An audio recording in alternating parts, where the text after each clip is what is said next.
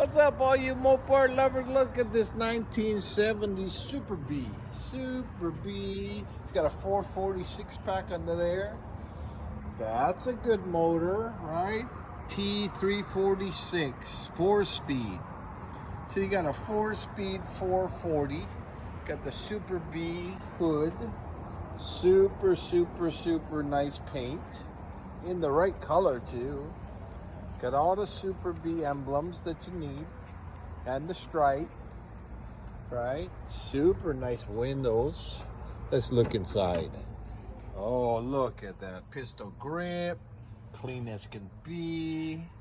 I don't see any flaws here. Wow. Wow. Right color, too. 440. Right wheels. Man, I bought it. How much they want for this? Only $110. That's it. $100,000. You got yourself a Superbee. See you on the next Florida Car Show.